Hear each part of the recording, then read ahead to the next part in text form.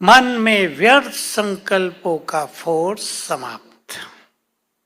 ये तीन चीजें आप लेकर चले जीवन में, सरलता, खुशी और नशा। और एक ऐसा संकल्प ले लें। देखो, सबसे बड़ी पावर मनुष्य के संकल्पों में ही तो होती है। एक संकल्प मनुष्य को परेशान कर दे, एक ही संकल्प उसको पावरफुल बना दे। अच्छा संकल्प कर लें, कुछ भी हो जाए, खुशी छोड़नी ही नहीं है। बोलो, स्वीकार है? संकल्प पहले, केवल संकल्प। कारण और निवारण बाद की बात है। कहाँ खुशी गुम होती है और वहां क्या किया जाए वो अलग चीज है। लेकिन एक संकल्प, मैं अपनी एक बात सुनाया करता हूँ क्लासेज में, कुमारों को भी सुना देता हूँ। मैंने बहुत पहले से संकल्प रखा था, कुछ भी हो जाए, कुछ भी चला जाए, कुछ मिले ना मिले, कुछ छिन जाए, स्थिति नहीं बिगाड़नी है। बहुत काम आई बात, बहुत काम आई। एक संकल्प ने स्थिति को न बिगाड़ने की शक्ति दे दी।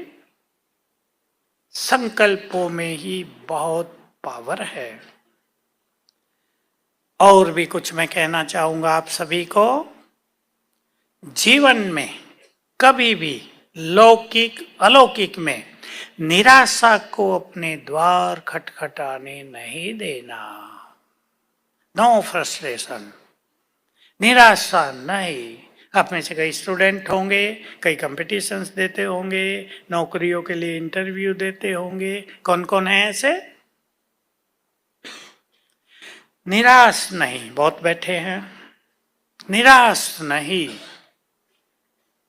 कभी कभी ऐसा होता है, मनुष्य को किसी फील्ड में बार बार मेहनत करने के बाद भी सफलता नहीं मिलती। आप में से भी हो सकता है कईयों को इन अनुभवों से गुजरना पड़ा हो। मैं एक लड़की की कहानी सुनाता हूँ इसी बार। उसकी माँ लेकर आई, ये बहुतों के साथ हो गया है, कि इसको डॉक्टर बनना था। 12वीं की बहुत अच्छे मार्क्स, नीट का एग्जाम, 3 बार असफल हो गई। बहुत बड़ी बात थी। अब सारे फ्रेंड सर्किल में मनुष्य कह के रखता है, मैं डॉक्टर बनूंगी, ये करूंगी, वो करूंगी, गरीबों की सेवा करूंगी। अब वो क्या कहती है? नहीं डॉक्टर बन रही हूं, सुसाइड करूंगी। अब परिवार के लिए तो बहुत बड़ी बात हो जाती है ना। घर से बाहर नहीं निकलती, मेरे फ्रेंड्स क्या कहेंगे, बन ली डॉक्टर, देखा, लोग तो बोलते ही हैं। अब उसके पास पहरा रखना पड़ा। मैंने भी उसको बहुत समझाया कि हो सकता है ड्रामा में ये फील्ड तुम्हारे लिए ना हो, दूसरा फील्ड चुन लो। लेकिन अब आत्मा एक अपने संकल्प के कभी कभी अधीन भी इतनी हो जाती है कि वे दूसरे फील्ड को स्वीकार नहीं कर पाती। निराश नहीं होना है। सभी कुमार भाई आज पक्का कर दें, जीवन में असफलता भी होती है, हार भी होती है। ऐसा कोई व्यक्ति नहीं जिसकी कभी हार न हुई हो, कोई असफल हुआ ही न हो। और भी कई निगेटिव चीजों का आपको सामना करना पड़ सकता है, लेकिन निराश नहीं, मरने का संकल्प नहीं। मरने का संकल्प कौन करते हैं? कायर। मरना नहीं है। हम कुछ बातें सुन रहे थे 15 अगस्त में, प्राइम मिनिस्टर ने भी कहा, भाई हमें मौका नहीं मिला देश को स्वतंत्र कराने में अपना जीवन बलिदान करने का, लेकिन अब हमें मरने की जरूरत नहीं, अब देश के लिए जीना है। बहुत अच्छी बात है ना। एक चीज से आप सबको सावधान करूंगा, किसी को भी कभी ये संकल्प आ जाए कि मर जाए, ये गति आजकल तेज होती जा रही है दुनिया में। मर जाए तो क्या होगा? सीक्रेट है ये, सभी ध्यान रखेंगे इस बात का। क्या होगा? जो आत्माएं सुसाइड करके भटक रही हैं उन तक आपका संकल्प पहुंचता है, क्योंकि वो बॉडीलेस है। वो आपको विवश करेंगी। लटको। मुझे बताते हैं कुमार लोग, हम नहीं चाहते, संकल्प आ रहा तेज, रोक रहे हैं, भाग रहे हैं कमरे से बाहर निकल के, बार बार तेज संकल्प आ रहा, कर लो, ऐसा मौका नहीं मिलेगा। इसलिए सावधान हो, कभी भूल से भी मरने का संकल्प नहीं करना है। आप सबको क्या करना है? मरो वो को जिलाना है। मर गए हैं बहुत लोग, उमंगे मर गई हैं, जीवन की खुशियां मर गई हैं, शांति उत्साह जीवन में जो हिम्मत होती है, कुछ करने का जज्बा होता है, वो बहुतों का मर गया है। आप सब में से कईयों के पास बहुत सारी योग्यताएं होंगी होंगी बाबा के बच्चों के पास तो लौकिक योग्यताओं के साथ जब ये अलौकिक शक्तियां मिलती हैं तो योग्यताएं भी चमकने लगती हैं ना। इसलिए अपनी योग्यताओं को आगे बढ़ाते रहना, वो देश निर्माण के काम आएंगी। और हमारा काम तो भविष्य का निर्माण है। एक सुनहरे समय की ओर हम देख रहे हैं, उस ओर चल रहे हैं। वो हमारा संकल्प है, शिव बाबा ने हमें दिया है। इसलिए 3 बातें तो मैंने, 4 बातें आपको धारणाओं की बताई। अब हम दूसरी बात पर चलें। बार बार पीछे मुड़कर भी नहीं देखना है। बिल्कुल स्पष्ट है, जो व्यक्ति बार बार पीछे मुड़कर देखता है वो अपनी मंजिल पर कभी नहीं पहुंच सकता। देखना है केवल अपने महान लक्ष्य को। और स्वामी विवेकानंद के शब्द होते थे जो मुझे बहुत प्रेरित करते थे, जब तक अपनी मंजिल पर नहीं पहुंच जाएंगे, रुकेंगे नहीं, थकेंगे नहीं, पीछे मुड़कर नहीं देखेंगे। सब दृढ़ता ले आओ। मैं जब 11वीं क्लास में ही था, ज्ञान में आ गया था। प्योरिटी पहले से ही बहुत अच्छी लगती थी। एक छोटी सी एक नर्स की कहानी थी जो बहुत सुंदर थी। नर्स सुंदर थी, कहानी उससे भी सुंदर थी। एक ही लाइन थी कि जब वो चलती है, अब उसको तो जाना ही है कामकाज करने, सब लोग उसकी ओर आकर्षित होते हैं, लेकिन वो किसी की ओर आकर्षित नहीं होती। मैंने सीख लिया था तभी कि यही पवित्रता का मूल सूत्र है। यह भी होगा कि जितने आप पवित्र बनेंगे, आपके चेहरे की चमक अनेक आत्माओं को आकर्षित भी करेगी। लोग आपकी ओर आकर्षित होकर भी आएंगे, लेकिन आपको स्ट्रांग बनना है। हमें सबको ऐसा बनना है, सब हमारी ओर तो आकर्षित हों, पर हम किसी की ओर भी नहीं। अब कुछ सुंदर फॉर्मूला लिख लें अपने पास, 1-2 ही लिखा रहा हूं, ज्यादा नहीं। हम इस संसार में आए हैं दूसरी आत्माओं को पवित्र बनाने, इसलिए आए हैं ना। तो हमें सबको पवित्र दृष्टि से ही देखना है। हमें सबको पवित्र वाइब्रेशंस ही देने हैं। बहुत पक्का करो, ये मेरे अनुभव की बात है। मधुबन में पांडव भवन ही था तब, सुना देता हूं मैं, ओपन सुनाता हूं, इसमें कोई लज्जा की बात नहीं होती। विदेशी बहनें बहुत आने लगी, छोटी आयु की, बहुत सुंदर। मैं एक दृढ़ संकल्प कर लिया अपने अंदर, ये तो पवित्र बनने आई है ना हमारे घर में, हमसे इन्हें पवित्र वाइब्रेशन से मिले और कुछ नहीं। बहुत काम आई। एक ही संकल्प ने हर चीज से मुक्त कर दिए। तो हम इस धरा पर अवतरित हुए हैं प्रकृति को पावन करने के लिए, आत्माओं को पवित्र वाइब्रेशंस देने के लिए।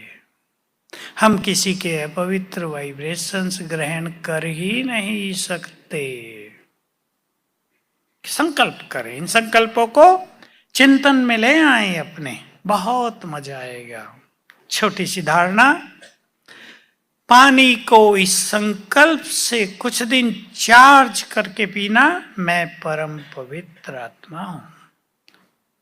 कम से कम 3 बार रोज, उठते ही, सोने से पहले 1 बार और कभी। पानी पर दृष्टि दो, 7 बार संकल्प कर दो, मैं परम पवित्र आत्मा हूं। ये पानी आपको बहुत मदद करेगा, क्योंकि हमारे शरीर में 70% पानी होता है और वो मनुष्य के विचारों से दूषित हो जाता है। ये पवित्र जल उसको शुद्ध करेगा, कर्मेंद्रियां शीतल होंगी। तीसरी बात, रोज 1 बार, 2 बार करें तो और भी अच्छी बात, रोज 1-2 बार मैं आत्मा परम पवित्र हूं। प्रकृति की कुटिया में अपने स्वरूप को देखेंगे, अभी देखेंगे। चलें अभी प्रैक्टिस करते हैं, लिख लेना इसा। ओम शांति। कम से कम 1 बार 3 मिनट, 2 बार करेंगे बहुत अच्छा होगा। बाबा की एक बात सुना दो, जहां से मैंने ली थी ये बात, आपने शायद नहीं सुनी हो, और बहुत लोग मुरलियों की ऐसी बातें बहुतों से मिस हो जाती हैं। शिव बाबा ने कहा साकार मुरली में, मैं जब पहली बार इसके तन में प्रवेश किया, ब्रह्मा के तन में, तो मैंने इसके तन में अपने वाइब्रेशंस फैला दिए और इसकी कर्मेंद्रियों को शीतल कर दिया।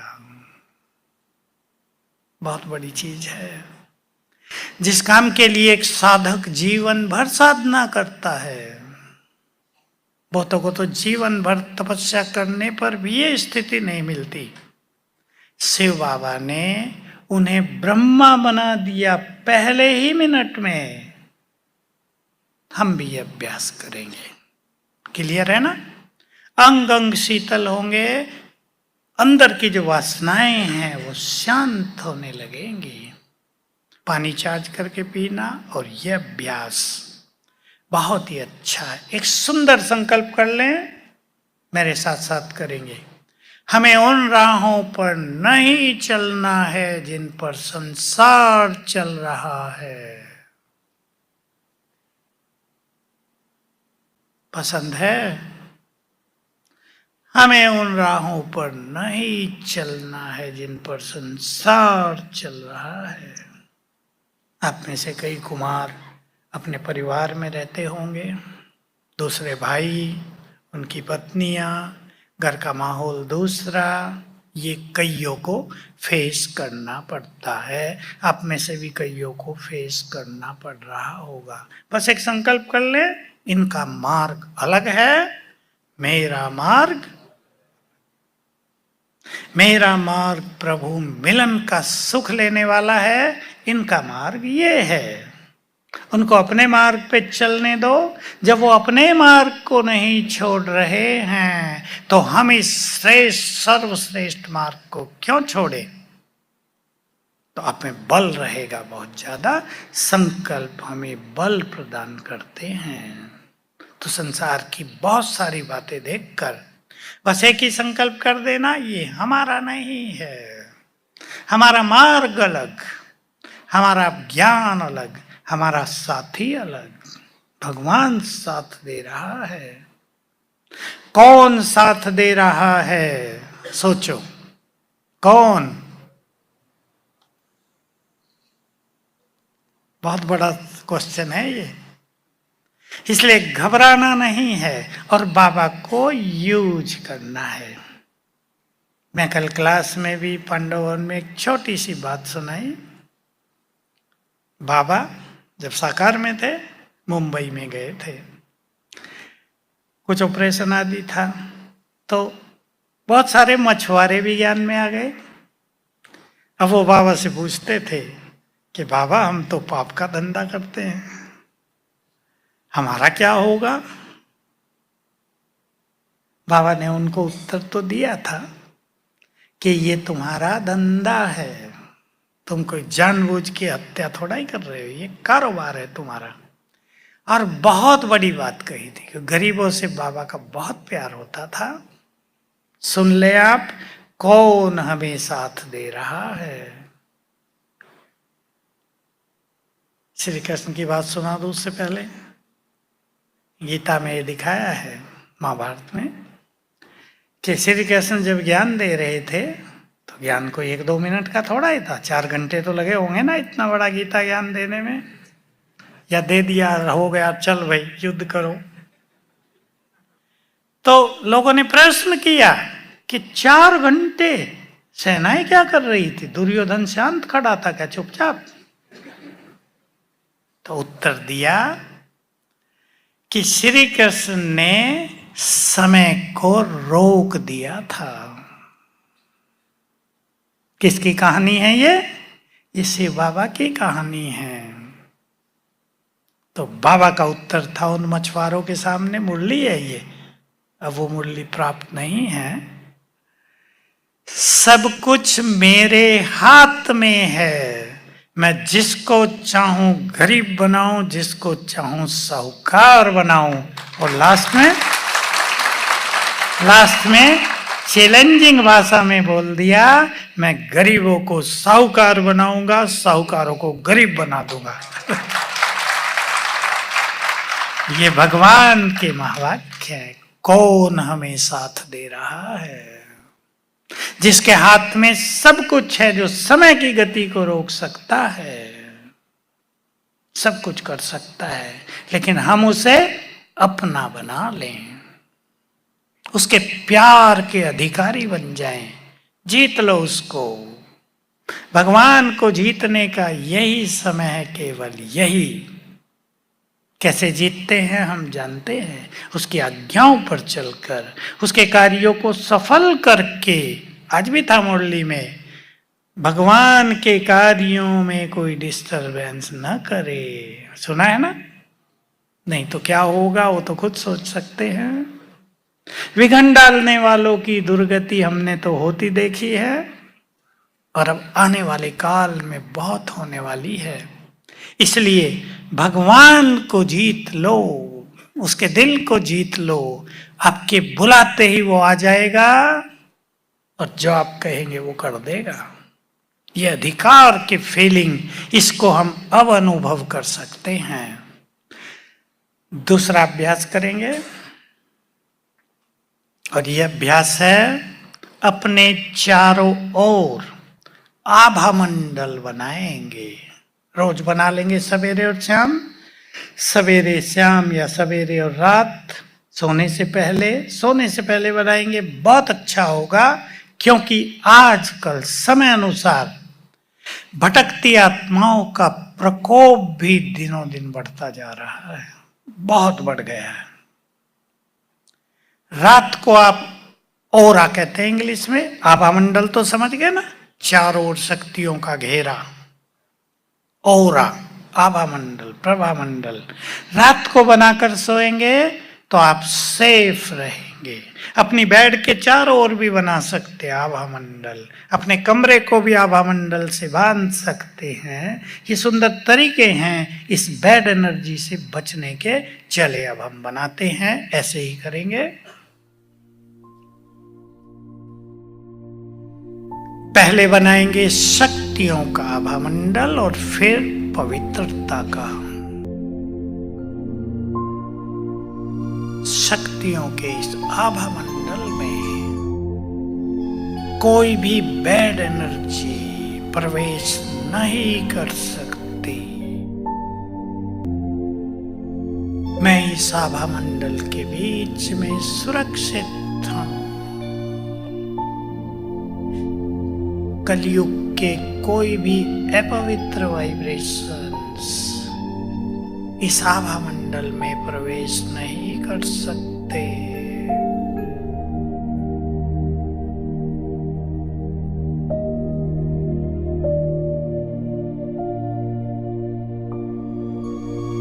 ओम शांति।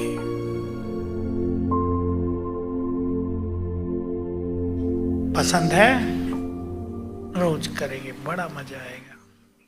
ऐसा अभ्यास भी कभी कभी किया करें। मान लो आप घूम रहे हैं कहीं, पावरफुल, तो मैं आपको कह रहा था कि अभ्यास किया करें।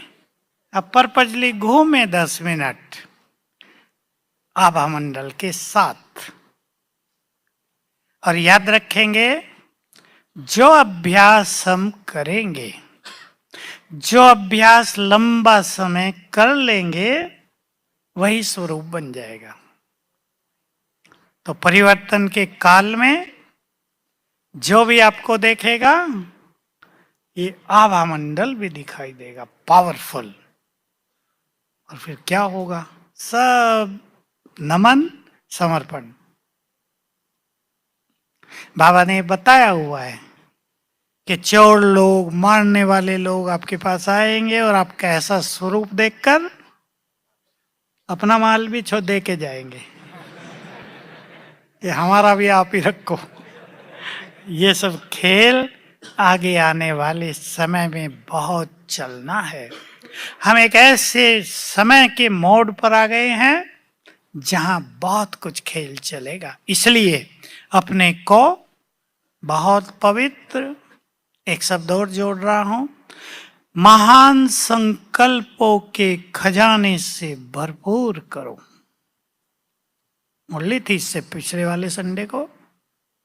महान संकल्प हमारा बहुत बड़ा खजाना है।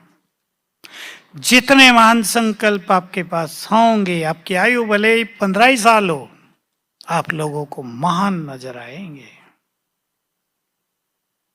तो ऐसे अभ्यास सभी को बहुत बहुत करने हैं। हम बात कर रहे थे कौन हमें साथ दे रहा है।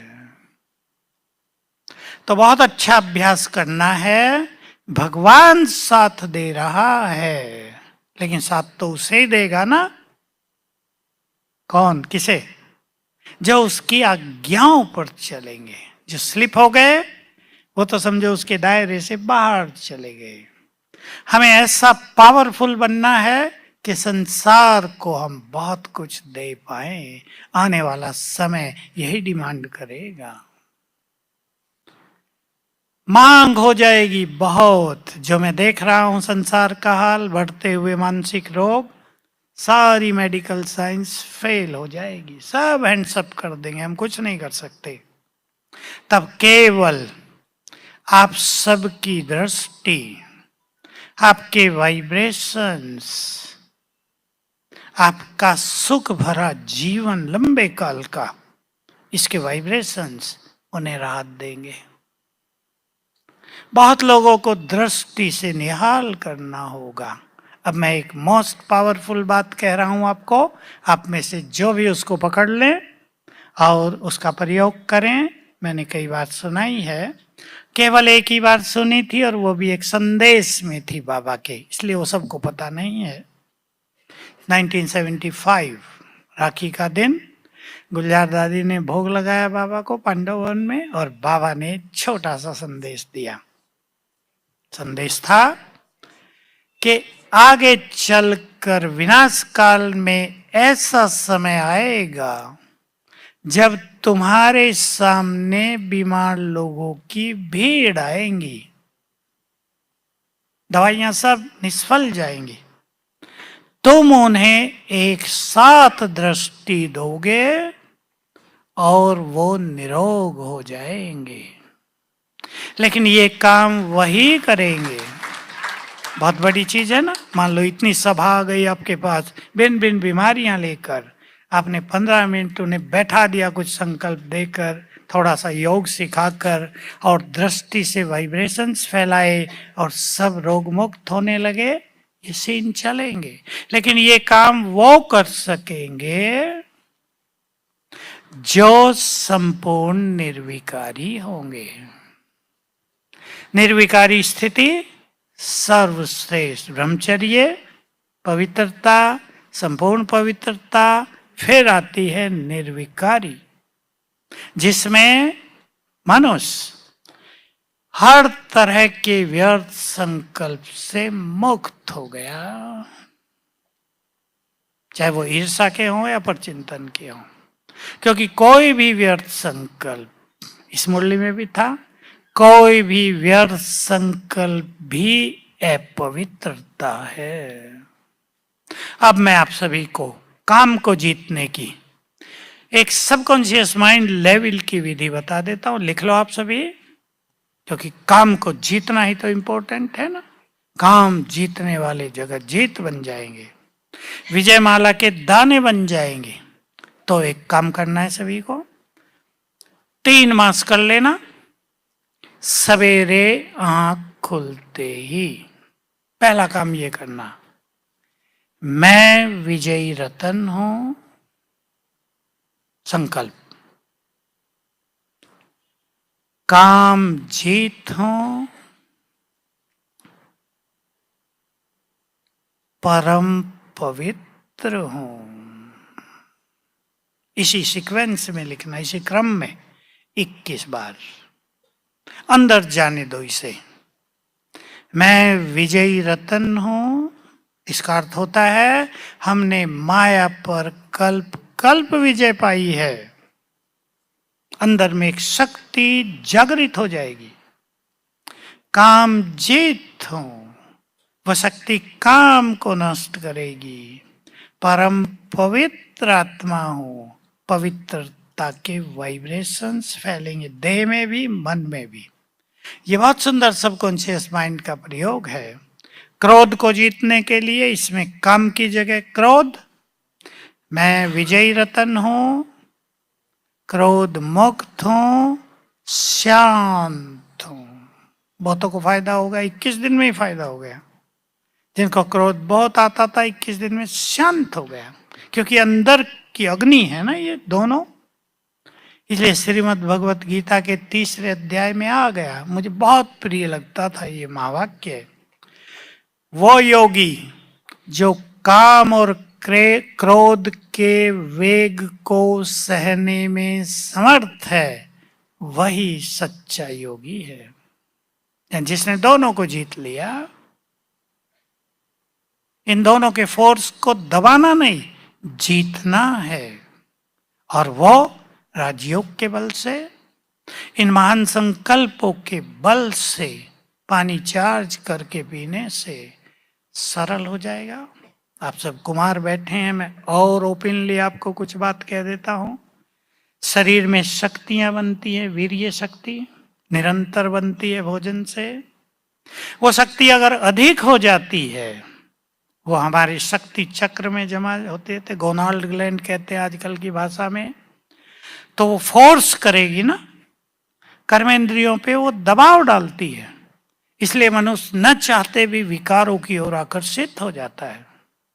इसको ऊर्ध्वगामी करना है। ये नीचे से ऊपर की ओर चलेगी, भिन्न भिन्न चक्रों से क्रॉस करते हुए यहां पहुंच जाएगी आज्ञा चक्र में, और यहां से जाएगी ब्रेन को। तब तक इसका स्वरूप बहुत सूक्ष्म हो जाएगा, उसको कहते हैं तेज। तो स्थूल शक्ति आध्यात्मिक शक्ति में बदल गई, और ये होगा राजयोग के द्वारा। जैसे बुद्धि ऊपर गई तो इस शक्ति का जो आकर्षण है ऊपर की ओर होने लगा। और नीचे की ओर रहता है ना, विकार माना नीचे की ओर। योगी इसको ऊर्ध्वगामी कर देते, राइज अप।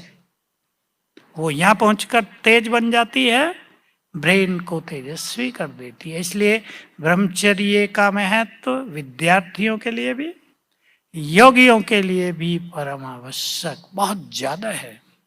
समझ गए ना सभी? इसलिए जितना योग करेंगे इस पर विजय होगी। संकल्प भी किया करो। हमारी ये शक्ति नीचे से ऊपर की ओर जा रही है, ब्रेन को तेजस्वी कर रही है। संकल्पों से भी बहुत काम होगा। कौन हमें साथ दे रहा है फिर? क्योंकि मेरा ये प्रिय सब्जेक्ट है आजकल का, बहुत प्रिय। और ऐसा लगता है इस नशे में रहने से बाबा बहुत ज्यादा मदद करता है। तो एक प्रयोग अपने जीवन में सभी रोज करेंगे। बाबा का आह्वान। आप अकेले हैं, मान लो आपको भोजन बनाना है। हम जानते हैं आप जॉब से थक कर आए हैं, मनुष्य का क्या हाल रहता है, तन भी थका हुआ, मन भी थका हुआ, बुद्धि भी थकी हुई, फिर आपको भोजन बनाना। निश्चित रूप से हर मनुष्य को दूसरे संकल्प चलते हैं। मेरा तो देखो एक विजन है, स्वप्न है कि आगे चल के हर सेंटर के आसपास कहीं एक छोटा भोजनालय खोल दें कोई बहने भाई, ब्रह्मा भोजनालय, जहां आप में से भी कोई कर सकते हैं अपनी बहनों से राय सलाह करके। तो जहां ऐसे कुमार हैं, और भी बहुत लोग हैं जॉब में रहते हैं, अकेले रहते हैं, अदर कुमार भी, उनको भी चाहिए तो कमाई भी हो जाए, काम भी हो जाए। तो भोजन बनाने को एंजॉय करेंगे, गीत बजा लो, क्लास चला लो, आनंद पूर्वक भोजन बनाओ। और जो मैं बात आपको कह रहा हूं, आप में से कईयों ने सीखी होगी, मैं इस बात को हर क्लास में कह रहा हूं आजकल, क्योंकि इसके अनुभव बहुत डिवाइन होंगे। बाबा के महावाक्य हैं, जब भी मुश्किलात आए दिल से कहना, मेरे बाबा मेरे साथी, आ जाओ मदद करो। जरा पावर से, पावर माना अधिकार से। जैसे अपनों को बुलाया जाता है ना, फोन करेंगे ना, भाई ये काम है जल्दी आओ, अधिकार से भगवान को बुला लो, वो आएगा, आपकी थकान मिटा देगा। इसके सुंदर अनुभव रोज करने हैं। मैं तो भोजन की एक बात से कहा, पर कभी भी आप बीमार हो गए हैं, अकेले हैं, अब अकेला मनुष्य क्या करेगा? आप बाबा को बुलाओ, आ जाओ, देखो क्या होता है। मेरा अभी अभी का अनुभव, मेरा कमरा इसके ऊपर ही है, मेरे वहां जरा लिफ्ट लग रही है तो मैंने यहाँ लिया, मैं अकेला था। शाम के 5 बजे बहुत पसीना सिर में थोड़ा पसीना आता है, एसी चल रहा था, सिर में पसीना, यहाँ पसीना। मैं कहा कुछ हो रही है, गड़बड़ हो रही है। अब मुझे पता नहीं चला क्या गड़बड़ हो रही है। वो गड़बड़ थी कि शुगर बहुत लो हो गया था। क्यों हो गया मुझे पता नहीं, लो होना बहुत डेंजरस होता है। अब मेरे में हिम्मत नहीं थी मैं अपनी गाड़ी चला के डिस्पेंसरी तक जाऊं। मैंने बाबा को कहा आ जाओ, और कहा ही था तो जो मेरे साथ लड़का रहता है वो आ गया। कहां से आ गए भाई तुम? कि बस मुझे संकल्प आया चलूं, और फिर हम गाड़ी से डिस्पेंसरी गए। देखा तो शुगर 55 पर है। का और 5 कम हो जाता तो कोमा में। तो बाबा की मदद बहुत ज्यादा मिलेगी।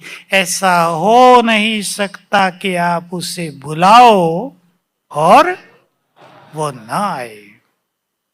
सोने समय बुला लिया करो, नींद अच्छी होगी, स्वप्न अच्छे होंगे।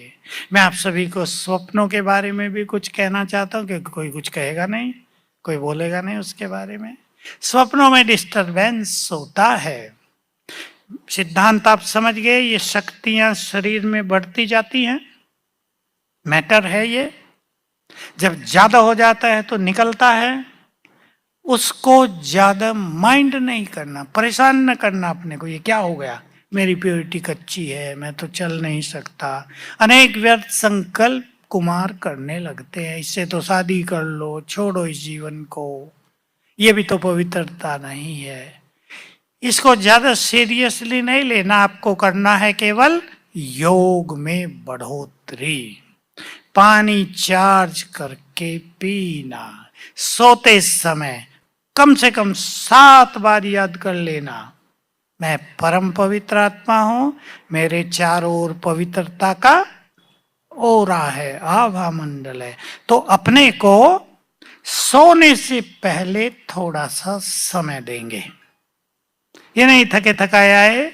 और जो आजकल की कल्चर है, कौन सी, मोबाइल कल्चर, ये थोड़े दिन से 10 20 15 साल से, 20 साल भी नहीं हुए जब से एंड्रॉयड फोन आया है और ये सब चल गया है, सोशल मीडिया और गूगल और क्या क्या। तो फायदे भी बहुत हुए, लेकिन सोने से आधा घंटा पहले फोन फ्लाइट मोड पर। बोलो स्वीकार है? फोन फ्लाइट मोड पर। बोलो स्वीकार है? हाथ उठाओ। आप जानते हैं उससे बैड एनर्जी भी निकलती है, इसलिए फ्लाइट मोड पे ही रखना है, फिर उसकी वो एनर्जी नहीं फैलेगी। और देखते हुए सोना मोस्ट डेंजरस, क्योंकि जो कुछ हम देखते हैं उसका इफेक्ट तो दिमाग पर, मन पर आ ही रहा है ना। सवेरे उठते ही भी नहीं देखना है कुछ भी, बहुतों को आदत पड़ गई है। व्हाट्सएप पर क्या क्या है, यूट्यूब में क्या क्या आया है, अच्छी चीजें देखना तो अच्छी बात है। देखो विज्ञान का एक सुंदर वरदान भी तो है ना, आपको अच्छी अच्छी बातें मिलेंगी, अच्छी क्लास मिलेंगी, मुरली मिल जाएगी। बहुत भाई बहने कारों में जाते हैं, मुरली चला लेते हैं, क्लास चला लेते हैं, तो बहुत सुखदाई चीज भी है, लेकिन इसका मिसयूज ना हो। आपको देखना ही है तो सोते समय भी मुरली सुनते सुनते सो जाओ, आपकी नींद भी अच्छी, स्वप्न भी अच्छे। समझ गए ना क्या नहीं देखना? आप जानते हैं, सब बड़े बुद्धिमान, आप एजुकेटेड भाई बैठे हैं यहाँ। वो चीजें नहीं देखनी है जो प्योरिटी के विरुद्ध हैं। बस ये सिंपल सा लक्ष्य बना लो, क्योंकि अगर एक बार आदत पड़ गई, कुमार आते हैं मेरे पास, एक बार देख लिया, फिर आदत पड़ गई, अब हाल बुरा हो गया है, क्या करूं? मैं तो एक ही विधि बताता हूं, अब वो 4 इंच वाला फोन ले लो। पहले तो वही था ना, अगर 8 इंच वाला रखोगे तो यही होगा। इसलिए अपने को स्वयं बचाना है, और बचा वही सकते हैं जिसके मन में एक स्ट्रॉन्ग लक्ष्य हो, मुझे ये करना है, ये नहीं करना है, ये करना ही नहीं है, वो हमारा सब्जेक्ट ही नहीं है। देखो मैं अपने को समझाया करता था, हम तो छोटे ही आए थे ना यज्ञ में, कि क्या फिजिक्स का स्टूडेंट हिस्ट्री वाले की क्लास में जाकर बैठेगा कि देख के आऊं क्या पढ़ाया जा रहा होगा? बस संकल्प कर दो, मैंने भी संकल्प कर दिया था, ये हमारा सब्जेक्ट नहीं है। करो सभी कुमार अभी संकल्प, ये हमारा सब्जेक्ट नहीं है। जब भगवान रोशनी देने आ गया, कई लोग सोचते हैं बहुत सारी इंफॉर्मेशन इकट्ठी कर लें, ये इंफॉर्मेशन क्या करेंगी? Will make you confused, confusion पैदा करेंगे आपके दिमाग में। इसलिए जितनी ज्यादा इंफॉर्मेशन उतना ज्यादा कंफ्यूजन।